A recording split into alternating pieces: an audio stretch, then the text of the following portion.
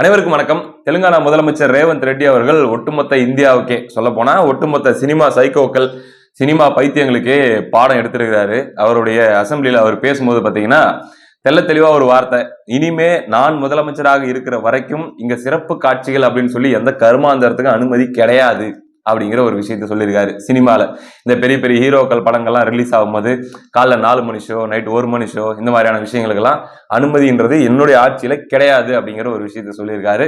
எதை தொடர்ந்து இந்த பிரச்சனைலாம் வருதுன்னு உங்களுக்கு நல்லாவே தெரியும். அல்லு அர்ஜுன் அவர்களுடைய அந்த புஷ்பா 2 படம் ரிலீஸ் ஆச்சு. ரிலீஸ் ஆன அன்னைக்கு அந்த ஃபர்ஸ்ட் டே ஃபர்ஸ்ட் ஷோ பார்க்கணும் அப்படின்னு சொல்லி பயங்கரமான கூட்ட நெரிசல். அந்த நேரம் பார்த்து அல்லு அர்ஜுனே அந்த படத்தை வேற தியேட்டர்ல போய் நான் விசிட் பண்ண போறேன் அப்படின்னு சொல்லி வந்து அதுல இன்னும் கூட்ட நெரிசல் அதிகமாகி 2 உயிர் கிட்டத்தட்ட பாத்தீங்கன்னா அந்த குழந்தை வந்து கோமா ஸ்டேஜ்ல போயிருச்சு. மீண்டு வர முடியுமா இல்லையான்னு தெரியல அப்படின்ற அளவுல இருக்குது. அவங்களுடைய தாயார் வந்து இறந்து போயிட்டாங்க சம்பவ இடத்திலேயே.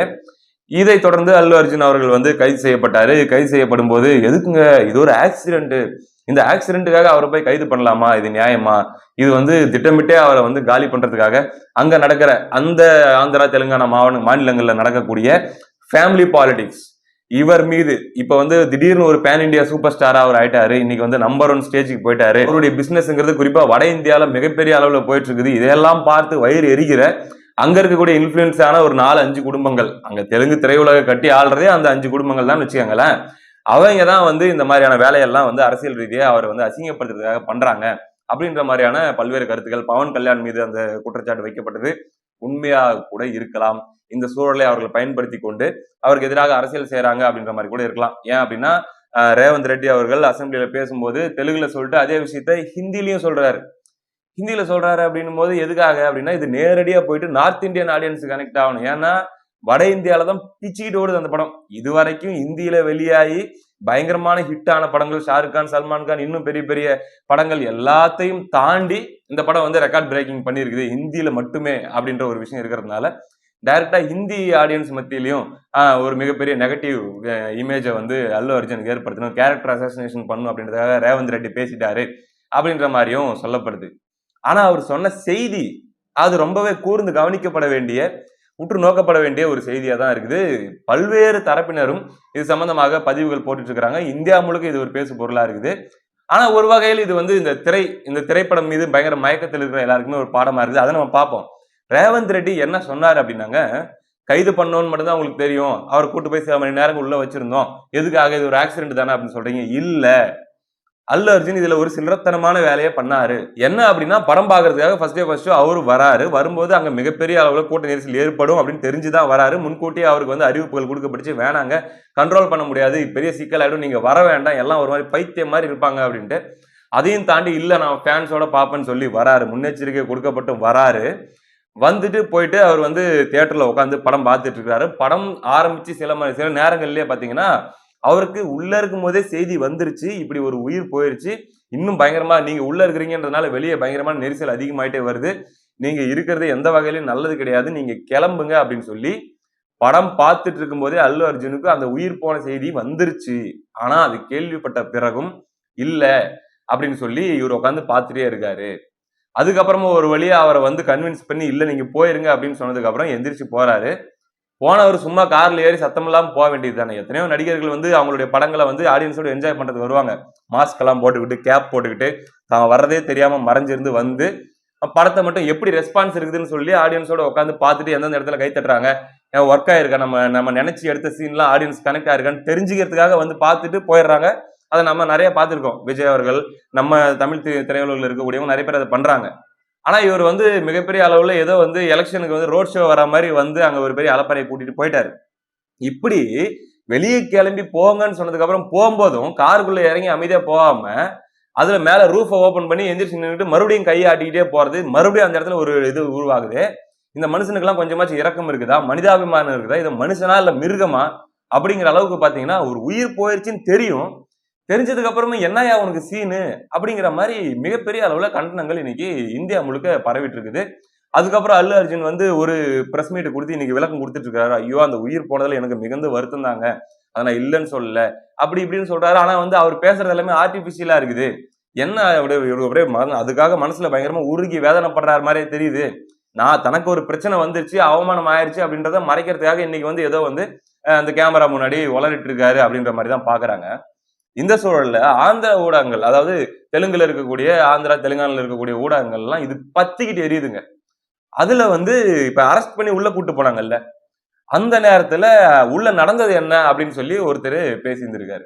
அதுல நம்ம கேள்விப்படுற செய்தி என்ன அப்படின்னா, அந்த விசாரணையின் போது அந்த ஏசிபி கேட்கிறாராம், ஏங்க இப்படிதான் உங்களுக்கு தெரியும், உயிர் போயிருச்சுன்னு தெரியும், உங்களுக்கு நீங்க தியேட்டர்ல இருக்கிறீங்க, எந்திரிச்சு வாங்கன்னு சொல்லும்போது நீங்க ஏன் எந்திரிச்சு வரல அப்படின்னும் போது, இல்ல எந்த இன்னொரு சாங் இருக்குது, முக்கியமான சாங் ஒண்ணு வர வேண்டியது இருக்குது, மை சாங்லு.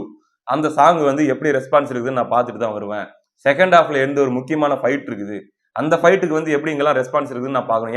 ஏன் பாட்டு, ஏன் ஃபைட்டு, ஏன் படம், இதெல்லாம் நான் எப்படி பாதியிலேயே நான் எந்திரிச்சு போயிட்டேன் அப்படின்னா, ஹீரோவே பாதியில எந்திரிச்சு போயிட்டாரு, ஒருவேளை அப்செட்டா போயிட்டாரோ, படம் நல்லா இல்லையோன்ற மாதிரி செய்தி வந்துரும் அப்படின்னு சொல்லி அந்த உயிர் போயிருச்சுன்ற செய்தி கேள்விப்பட்ட பிறகும் இவர் வந்து உள்ள உட்கார்ந்துட்டு இருந்ததுக்கான காரணங்களாக விசாரணையின் போது சொன்னாரு அப்படின்ற மாதிரியான ஒரு குற்றச்சாட்டு அவர் மீது வைக்கப்படுது. இந்த மாதிரி காரணங்கள்லாம் சொன்னதுக்கு அந்த அதிகாரி சொன்னாராம், நீங்க எல்லாம் படிச்சிருக்கீங்களா கொஞ்சமாச்சும், உனக்கெல்லாம் காமன் சென்ஸ் இருக்குதா, இப்படிதான் வந்து ஒரு உயிரே போனதுக்கு அப்புறம் உட்காந்துட்டு என் பாட்டு வருதான்னு பார்த்துட்டு வருவேன், என் ஃபைட்டு வருதான்னு பார்த்துட்டு வருவேன், இல்லை நான் பாதியில போனா வந்து படம் நல்லா இல்லைன்னு நினைச்சுப்பாங்கன்னு சொல்றேன், உனக்குலாம் அறிவு இருக்குதான்னு சொல்லி கேட்டாரு அப்படின்னு சொல்லி ஊடகங்களை பேசிட்டு இருக்காங்க. இதுல இன்னொரு தரமான கேள்வி அந்த முதலமைச்சர் கேட்டிருக்காருங்க. என்ன கைது பண்ணாங்க, சில மணி நேரங்கள் கூட்டு போய் உள்ள வச்சு விசாரணை பண்ணிட்டு இருந்தாங்க, திருப்பி அனுப்பிச்சு விட்டாங்க, இதுக்கு என்னையா உலகத்தில் இல்லாத பில்டப் கொடுத்துட்டு இருக்கிறீங்க, என்னமோ அங்க இருக்கிற செலிபிரிட்டிஸ் எல்லாம் போய் தாங்குன்னு தாங்குறதும், என்னாச்சு ராசா, ஏதாச்சும் ஆயிடுச்சா அப்படின்னு சொல்லி தொட்டு தொட்டு பாக்குறதும், அவருக்கு ஆறுதல் சொல்றதும், அவர் ஐயோ பாவமே அல்லு அர்ஜுனுக்கு இப்படி ஒரு அநீதி நடந்துருச்சேன்னு சொல்லி ஆளாளுக்கு பொங்குறதும்,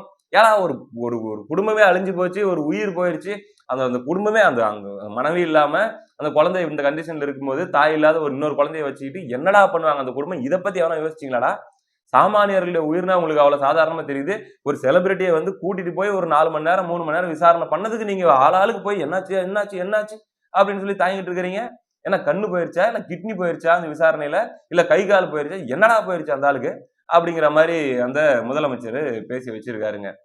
இதுதான் இன்னைக்கு வந்து மிகப்பெரிய அளவுல விவாத பொருளா மாறி இருக்குது. சகட்டு மேனிக்கு ஒரு புறம் கடுமையான விமர்சனமும், இன்னொரு பக்கம் அவர் என்னங்க பண்ணுவாரு அன்பார்ச்சுனேட்டான ஒரு விஷயத்துக்கு அப்படின்ட்டு. ஆனா இங்க கேள்வி என்னன்னா, இப்படி தெரிஞ்சும் எப்படி உன்னால உட்கார்ந்துகிட்டு உன் காட்சியை பார்த்துட்டு போலான்ற அளவுக்கு உன்னால உட்கார முடியுது? அப்ப மேடையில போடுறது பூராமே சீன் தானே. என் ரசிகர்கள்லாம் எனக்கு உயிர், என் ரசிகர்களுக்காக தான் நான் வாழ்றேன், அவங்கள மகிழ்விக்கிறதுக்காக தான் நான் உயிரோட இருக்கிறேன் அப்படிங்கிற மாதிரியான வசனங்கள் பேசுறதும். இதோட கொடுமை, தமிழ்நாட்டுல வந்து இந்த படத்துடைய ப்ரமோஷனுக்கு வந்து ஒரு மேடையில பேசும்போது அவர் சொல்லிட்டாரு, நான் எந்த ஊர்ல இருக்கணும், எந்த மண்ணுல இருக்கணும், அந்த மண்ணுடைய மொழியில தான் பேசுவேன் அப்படின்னு சொல்லி தமிழ்ல பேசிட்டாராங்க. உடனே இங்க இருக்கக்கூடிய சினிமா பைத்தியங்கள்லாம் ஒண்ணு சேர்ந்துக்கிட்டு உடனடியா அண்ணன் சீமான் அவர்களுக்கு, ஏய் பாரியா, உனக்குதான் சொல்றாரு, மொழியால எல்லாரையும் பிரிக்கிறீங்க, இப்படிதான் மொழி வெறி வச்சு நீங்களாம் பிரிவினைவாதம் பேசிட்டு தெரியுறீங்க, எவ்வளவு நல்ல ஹியூமன் பாரியா, அதாவது ஸ்ப்ரெட் பாசிட்டிவிட்டி, இக்னோர் நெகட்டிவிட்டி, இதுக்குன்னே ஒரு குரூப் இருக்குதுங்க. உண்மையான பிரச்சனை என்னன்னு தெரியாது, இங்க களத்துல இருக்கக்கூடிய பிரச்சனை என்னன்னு தெரியாது, இங்க இந்த பாகுபாட்டுனால உள்ளுக்குள்ள எவ்வளவு பாதிக்கப்பட்டிருக்கிறாங்க, இங்க டாமினேஷன் என்ன இருக்குது, எவன் நம்மள பின்னி தள்ளிட்டு வந்து முன்னாடி உட்காந்துக்கிறான், எதுவுமே தெரியாது. ஆஹா எவ்வளவு அழகா பேசுறாரியா, ஸ்ப்ரெட் லவ், ஸ்ப்ரெட் பாசிட்டிவிட்டி, அப்படின்ட்டு போயிருவாங்க. வேற எதுவுமே தெரியாது. இந்த குரூப் பிடிச்சி வந்து இங்க தமிழ் தேசியவாதிகளை கடிச்சிட்டு இருந்துச்சு இங்க இருக்கக்கூடிய குரூப். அந்த குரூப் இன்னைக்கு அச்சோ அல்லு அர்ஜுன் இப்படிப்பட்ட ஆளாண்டு எல்லாமே மொத்தத்துல எங்க இருந்து எடுக்கிறாங்கன்னா, யாராச்சும் ஒரு பிரஸ் மீட்ல இல்ல ஆடியோ லான்ச்ல என்ன பேசுவாங்க, அட அருமையா பேசிட்டாரு அப்படின்னு அவர் நல்லவரா தான் இருப்பாரு, இவ்வளவுதாங்க இவங்களுடைய புரிதல். இங்க இருந்துதான் இவங்க தலைவர்களை தேர்ந்தெடுக்கிற மனநிலையும் வச்சிருக்காங்க. எல்லாருமே மேடைகள்ல பேசும்போது வாழைப்பழம் மாதிரி தான் பேசுவாங்க. நம்பூருக்கு வந்தா நம்பூர் மொழியில பேசுவாங்க, பிற மாநிலங்களுக்கு போனா அவங்க ஊர் மொழியில பேசுவாங்க, எல்லாமே தான் பண்ணுவாங்க. இங்க இருக்கிற பிரச்சனைகளை யார் பேசுவாங்க? இப்ப நீ வந்து தலைவர் அப்படின்னு சொல்லி இப்ப ஒண்ணு இல்ல, மரியாதைக்குரிய விஜய் அவர்கள், இந்த விஷயத்துல எனக்கு வந்து முழுக்க முழுக்க விஜய் ரசிகர்கள் மேல மிகப்பெரிய தீராத கோபம் இருக்குது. என்ன அப்படின்னா, கேரளாவில இருந்து கழிவுகள் வந்து கொட்டப்பட்டு போது, அது எவ்வளவு அங்க மாடுகள் போய் அதை மேயறதாகட்டும், அதுல இருக்கக்கூடிய அந்த கழிவுகள் ஒன்னொன்னு எவ்வளவு கேவலமானது, ஆடு மாடு புற்றுநோய் மருத்துவமனையுடைய கழிவுகள்னு சொல்லி இவ்வளவு வந்துட்டு இருக்குது. நாம் தமிழர் கட்சி ஒரு பக்கம் போராடிட்டு இருக்குது, சமூக ஆர்வலர்கள் சொல்லி அங்கேயும் இங்கேயும் போராடிட்டு இருக்கிறாங்க. அது மிகப்பெரிய பேசு பொருளானதுக்கு அப்புறம் இங்க அரசாங்கம் என்ன பண்ணுது, இங்க இருந்து அதை போயிட்டு ஆய்வு பண்றதுக்கு, அதுக்கப்புறம் கேரளால இருந்து ஒரு குழு வந்து ஆய்வு பண்ணுது. அவங்க என்ன சொல்றாங்க, இங்க கொட்டப்பட்டிருக்கிற இந்த கழிவுகள்லாம் அபாயகரமானதாக இல்லை. அபாயகரமானதாக இல்லைன்ற கழிவுகள் எட்டு என் ஊர்ல கொட்டுற, அபாயகரமானது இல்ல தானே, ஊர்லயே கொட்டிக்க வேண்டியது தானே அப்படின்னு கேள்வி கேட்டா அதுக்கு பதில் இல்லை. அந்த மருத்துவமனை நிர்வாகம் என்ன சொல்லுது, கேரளாவில் இருக்கக்கூடிய மருத்துவமனை நிர்வாகம், அது எங்களுக்கு தெரியாதுங்க. அது எங்க போய் எப்படி கொட்டினாங்கன்னு தெரியாது அப்படின்னு சொல்லி அவங்க ஒரு விளக்கம். மொத்தத்துல அது அப்படியே வானத்துல இருந்து வந்து பொத்துன்னு விழுந்து போச்சுன்னு வச்சுக்கோங்களேன் நம்ம ஊர்ல. இப்ப இது சம்பந்தமாக விஜய் போன்ற ஒருத்தர் குரல் கொடுத்திருந்தா எப்படி இருந்திருக்கும்? ஒண்ணும் இல்லைங்க. கேரளாக்காரங்களையோ, மலையாளிகளையோ யாரையும் திட்ட வேணாம், விமர்சிக்க வேணாம், ஒண்ணும் பண்ண வேணாம். ஏப்பா என்னை உயிர்னு மேலாக நேசிக்கக்கூடிய மலையாளி சகோதரர்கள் எத்தனையோ பேர் இருக்கிறீங்க. எனக்கு அவ்வளவு ஆதரவு குடுக்குறீங்க. நானும் உங்கள வந்து அந்த அளவுக்கு நேசிக்கிறேன். என் சேட்டன் செட்டி ஏதோ ஒரு அந்த கேரளாக்கு போயிருந்தப்ப அவரு ஒரு செல்ஃபி வீடியோலாம் போட்டிருந்தாருல்ல. அப்போ ஒரு ட்வீட் கூட போட்டிருந்தாருல்ல. அந்த மாதிரி ஒரே ஒரு ட்வீட் போட்டு இப்படிலாம் நடக்குது. என்ன இருந்தாலும் பாருங்க நம்ம வந்து அண்ணன் தம்பியா பழகிட்டு இருக்கிறோம். நமக்குள்ள இப்படி ஒரு பிரச்சனை வேணாம். இது நீங்க புரிஞ்சுக்கணும். அப்படின்னு சொல்லி கூட போடுற துணிச்சல் இல்லையே. ஏன் அப்படின்னா 69வது படம் ரிலீஸ் ஆகுது. கடைசி படம். அப்படின்னு சொல்லி இப்ப வந்து விளம்பரப்படுத்தப்படுறோம். அந்த படம் வந்து ரிலீஸ் ஆகும்போது ரெக்கார்ட் பிரைஸ்க்கு சேல் ஆகணும். ஒவ்வொரு டெரிட்டரியிலும் அது வந்து கர்நாடகாவோ, கேரளாவோ, ஆந்திராவோ, ஓவர்சீஸோ எல்லா இடத்துலயுமே ரெக்கார்ட் பிரைஸ்க்கு அதை விக்கணும். இதுக்கு முந்தைய படங்களை விட அதிகமா ஏன்னா கடைசி படம்ன்ற ஒரு மைலேஜ் எல்லாரும் தியேட்டருக்கு வந்துருவாங்க அப்படின்றதுக்காக. அப்ப அந்த பிசினஸ் போற்றி பாதுகாக்கப்படணும் அப்படின்றதுக்காக இந்த விஷயத்துக்காக மூச்சு கூட விடல.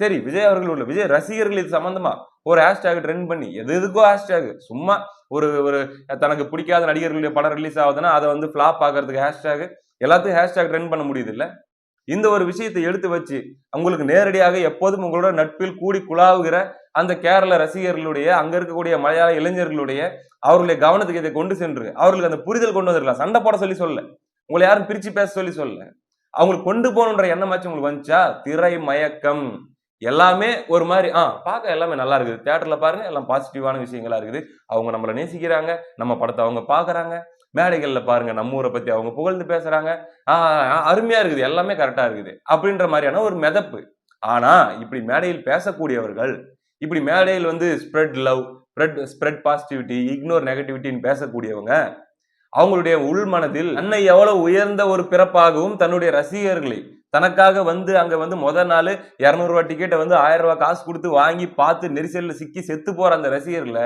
எவ்வளவு தாழ்வாகவும் பாக்குறாங்க அப்படின்றதுக்கான ஒரு உதாரணமா தான் இது வந்திருக்குது அதே போல பாத்தீங்கன்னா இப்ப ரீசெண்டா கொஞ்ச நாள் ஒரு கடந்த சில மாசங்களாக ஒரு குரூப் சுத்திட்டு இருந்துச்சு வெறுப்பாயிருச்சு உண்மையிலே சொல்றேன் அஜித் படம் வந்துச்சுன்னா நம்ம போய் தியேட்டர்ல பார்க்கலாம் அப்படின்ற ஒரு ஆர்வத்துல தான் இருந்தேன் நானாகட்டும் என்னை போன்ற நிறைய பேர் அடுத்து ஏதாச்சும் ஒரு நல்ல படமா வந்துச்சுன்னா போய் தியேட்டர்ல பார்க்கலாம் அப்படின்ட்டு இப்போ இந்த கூட்டம் வந்து ஆனவன கடவுளேன்னு ஒரு மூலையில இருந்து ஒருத்தன் கத்துவான் உடனே அஜித்தேன்னு இன்னொரு மூலையில இருந்து இன்னொருத்தன் கத்துவான் மாறி மாறி கத்திட்டு இருப்பாங்க அப்படின்றத நம்ம பார்த்து ஐயோ தியேட்டருக்கு போய் நம்ம என்னடா பண்ண போறோம் நிம்மதியா படம் பார்க்க விட மாட்டாங்க இவங்க ஒரு பக்கம் கூச்சல் போட்டு இந்த மாதிரி சத்தம் போட்டு எக்ஸ்பீரியன்ஸை கெடுத்துருவாங்க பேசாம எப்பயாச்சும் வரும்போது பாத்துக்கலாம் அப்படின்னு சொல்லி அஜித்துக்கு கெடுதல் பண்றது யாரு இந்த திரை மயக்கத்துல இருக்கிற கூட்டம் தான் அவர் வந்து இந்த மாதிரி எந்த மேடையிலையும் இந்த ஆடியோ லான்ச்சு இந்த ரோட் ஷோ அப்படி எதுவும் பண்றதுல அவர் வேலையை பார்த்துட்டு இருக்கிறாரு படத்தை பாருங்க பார்த்துட்டு போங்க கொண்டாடுங்க அப்படின்னா இப்படி ஒரு டார்ச்சர் பண்ற மாதிரியான ஒரு முழக்கங்களை கொண்டு வந்து வச்சுக்கிட்டு கிட்டத்தட்ட வந்து அஜித் படங்களுக்கு வரணும்னு நினைக்கிறவங்களையும் வர விடாம தடுக்கிற வேலையை பண்ணிட்டு இருந்தாங்க ஒரு வழியா அஜித் அவர்கள் அதுக்கு ஒரு முற்றுப்புள்ளி வச்சுட்டாரு நாம இது மூலமா சொல்ல வர செய்தி என்ன அப்படின்னாக்க இன்னைக்கு திரைப்பிரபலமாக இருக்கக்கூடியவர்கள் அல்லது இசையமைப்பாளர்களாக இருக்கக்கூடியவர்கள் பாடகர்களாக இருக்கக்கூடியவர்கள் இவங்க எல்லாருமே நம்ம வாழ்வியலோடு கலந்தவங்க தான் நம்மளுடைய தினசரி வாழ்க்கையில 4 பாட்டு கேட்போம் இல்ல மொபைல்ல ஏதாச்சும் காட்சிகள் பார்ப்போம் எல்லாமே இருக்கக்கூடியதுதான் நம்மளோட அவங்க கலந்து இருக்கிறாங்க நம்மள அவங்க என்டர்டெயின் பண்றாங்க நம்ம அவங்களை நேசிக்கிறோம் இதெல்லாம் வேற இதை தாண்டி அவங்க கொடுக்கறது தான் வேத வாக்கு அவங்க தான் வந்து நம்ம வாழ்க்கைக்கான சொல்யூஷன் சொல்றாங்க நம்ம சிறந்த வாழ்க்கை வாழ்றதுக்கான வழி காட்டுறாங்க அவங்க ஒரு பயங்கரமான முன்மாதிரி அப்படிங்கிற பார்வை அவங்களுக்கு கடவுள் போல இதயம் தூய்மையானவர்கள் அப்படிங்கிற மாதிரியான அந்த பார்வையெல்லாம் விட்டுட்டு யதார்த்த அரசியலுக்கு யதார்த்த களத்துக்கு இங்க நம்ம என்னதான் இருந்தாலும் அவங்க என்னதான் பேசினாலும் நம்ம மிடில் கிளாஸ் தான் நம்ம பயங்கரமா போய் ஸ்கிரீன்ல 2.5 மணி நேரம் பார்த்துட்டு திரும்ப வந்தா நமக்கு இருக்கிற இஎம்ஐ நமக்கு இருக்கிற லோனு நமக்கு இருக்கிற பிரச்சனைங்க நம்ம வீட்டு வாடகை நம்ம குடும்ப பிரச்சனை நம்ம கெரியரு இதெல்லாம் தான் ரியாலிட்டி மற்றது எல்லாமே கனவு உலகம் அப்படின்ற புரிதலுக்கு உட்பட்டு அந்த அளவுல வந்து ரசிக்க கத்துக்கிட்டாங்க அப்படின்னா உண்மையிலே இந்த திரை உலகம் அது எந்த திரையா இருந்த எந்த உலகமா இருந்தாலும் சரி அது சாண்டல்வுட் கோலிவுட் மாலிவுட் அதே அப்புறம் பாத்தீங்கன்னா டோலிவுட் இந்த பக்கம் பாலிவுட் அப்படின்னு எல்லா வுட்டுமே வந்து உருப்படியா இருக்கும் அப்படின்ற ஒரு செய்தியை இந்த இடத்துல நான் சொல்லணும்னு ஆசைப்படுறேன் அடுத்த காணொலியில் சந்திப்போம் நன்றி